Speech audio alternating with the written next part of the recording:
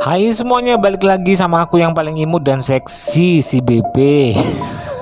Kali ini kita akan ngebahas film horor lagi. Eits, jangan lupa dulu, sebelum kita lanjut, klik dulu tombol subscribe-nya. Untuk yang udah klik, aku ucapkan terima kasih banyak dan semoga umurnya panjang dan sehat selalu. Untuk yang belum klik, ya gitu deh. Film yang akan kita ulas kali ini bergenrekan horor yang berjudul Queen of Spades: The Dark Ride. Film ini menceritakan tentang sekelompok remaja yang melakukan ritual untuk memanggil iblis karena mereka nggak percaya akan adanya iblis. Dan setelah mereka melakukan itu, mereka pun semuanya pada mati atau meninggal ya. Film ini dibintangi oleh Igor Kripunov sebagai ayahnya, Valeria Dimitrieva sebagai Katya, Vladimir Selesnyov sebagai pengusir setan, dan Valentin Sadikis sebagai Matvey, dan bintang-bintang lainnya pastinya ya kan. Oh ya, film ini udah dari film Rusia ya, bukan dari film Amerika ataupun Asia lainnya. Oke?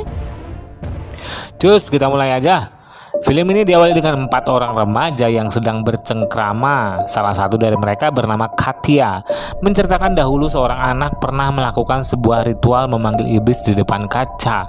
Lalu iblis itu pun keluar dan mengambil sedikit rambut anak itu. Dan kemudian anak itu pun menceritakan apa yang ia alami. Dan ia pun dianggap gila dan dibawa ke rumah sakit jiwa. Gak lama setelah itu dia pun tiba-tiba melompat dari gedung rumah sakit dan akhirnya meninggal. Nah, temannya pun bertanya gimana cara manggil iblisnya. Katya pun menjawab dengan menggambar pintu dan sebuah tangga di cermin sambil menyalakan lilin dan mengucapkan mantra Ratu Svet Mukula sebanyak 3 kali.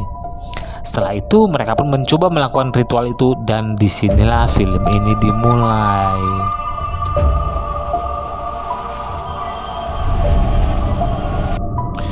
Setelah beberapa minggu setelah ritual, Anya terlihat di dapur sedang memasak air.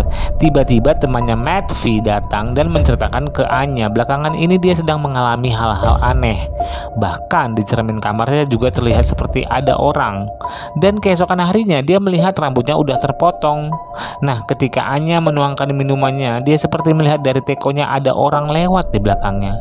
Dan waktu dia menoleh ke belakang, dia nggak temuin siapa-siapa, dan dia pun balik kamar dan ingin memberikan tehnya ke Matvey. Tapi dia malah melihat Matvey sedang tergeletak di kamar dan memanggil namanya. Dan akhirnya Matvey pun meninggal.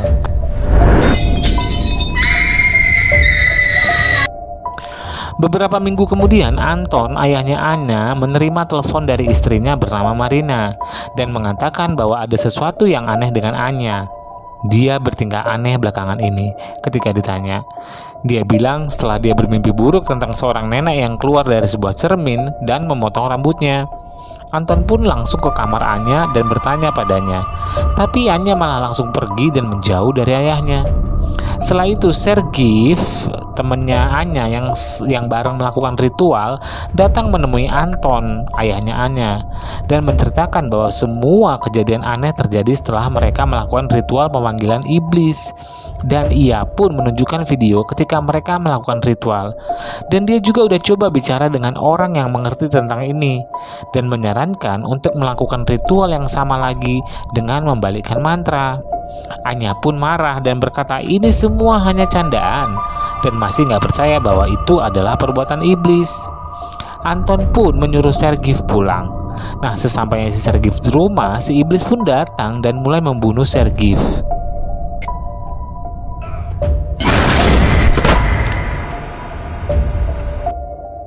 Di rumah Anya, Anton melihat handphone Sergey yang ketinggalan dan ia pun mencoba untuk mengembalikannya. Di tengah jalan, Anton menerima telepon dari Marina yang mengatakan bahwa Sergey telah tewas. Dan Anton langsung putar balik dan mengajak Marina dan Anya untuk tinggal di rumahnya. Mereka pun hendak menjemput Katya, tapi Katya menolak dan bilang dia nggak boleh kemana-mana sampai bibinya pulang. Lalu Anton pun ngasih kertas yang isinya nomor telepon dan alamat Anton. Sesampainya di rumah, Anton melihat isi dari HP Sergey.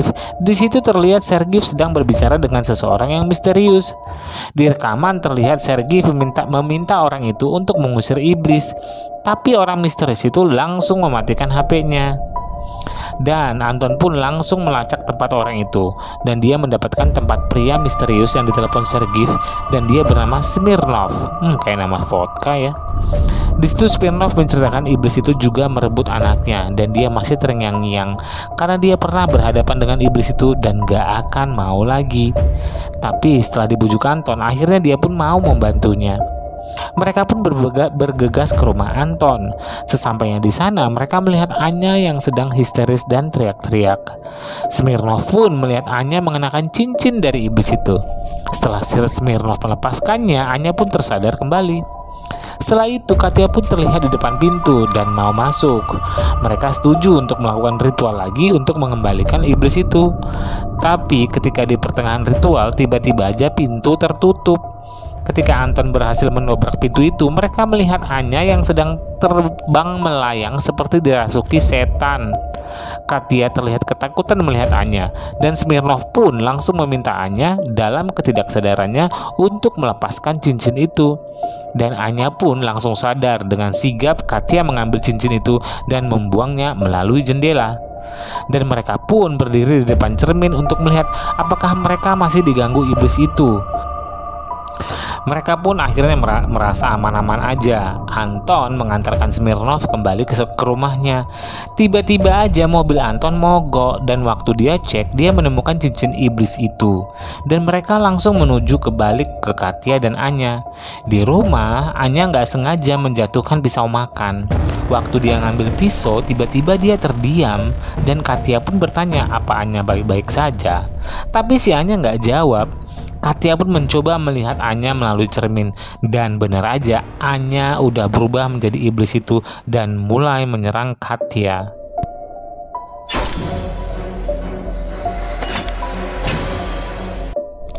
Ketika ibunya Anya, Marina, pulang dan dia melihat keadaan Anya, dan ternyata Anya pun menyerang ibunya dan ingin membunuhnya.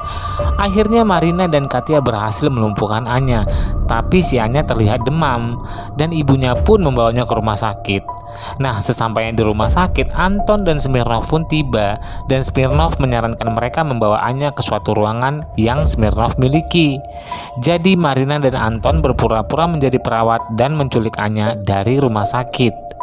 Sesampainya di ruangan Smirnov, Anya pun diikat dan akan disuntikan obat untuk mati suri. Karena ketika Anya mati, iblis itu akan mencari makhluk hidup yang paling dekat dengannya untuk dirasuki. Karena itu Smirnov meletakkan tikus di sebelahnya. Setelah Ana disuntik, Anton mencoba melihat keadaannya, dan betapa nggak beruntungnya dia si iblis. Si iblis itu ternyata merasuki si Anton, dan dengan cepat Smirnov meminta iblis itu untuk merasukinya aja dan jangan ganggu keluarga ini. Iblis itu pun merasuki Smirnov, dan di detik terakhir Smirnov, dia menyuruh Anton dan Marina segera membawaannya dan menguncinya bersama iblis itu. Aduh, kasihan.